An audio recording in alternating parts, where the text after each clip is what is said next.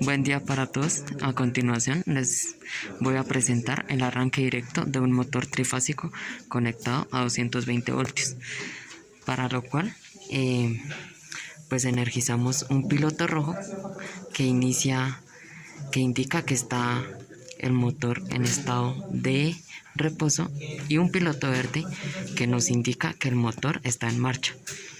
Para esto pues realizamos la conexión que se observa acá, lo cual se compone de un breaker tripolar, un contactor y un relé térmico, del cual deriva hacia nuestro motor.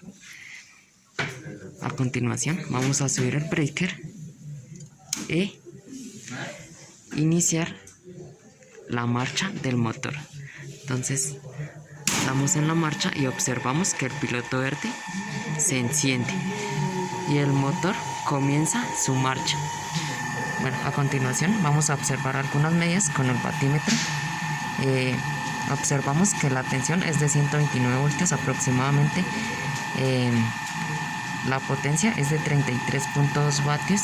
La frecuencia, que como siempre es de 60 Hz.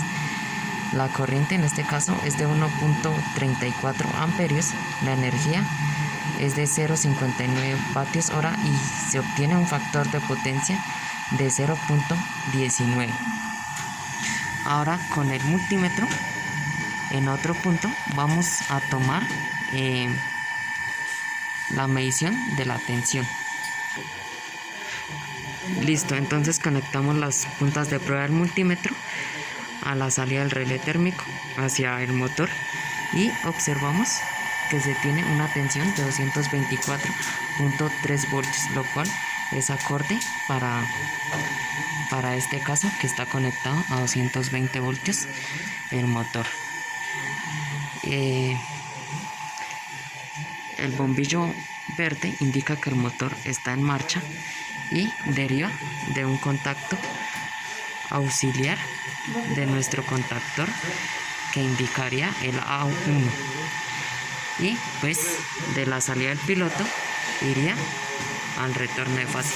Lo mismo se realiza para el piloto rojo, que es el que indica que el motor está en reposo, lo cual pues va a un contacto normalmente cerrado del contactor, y como en el anterior caso, de la salida del piloto a la fase nuevamente, que para este caso es de color negro.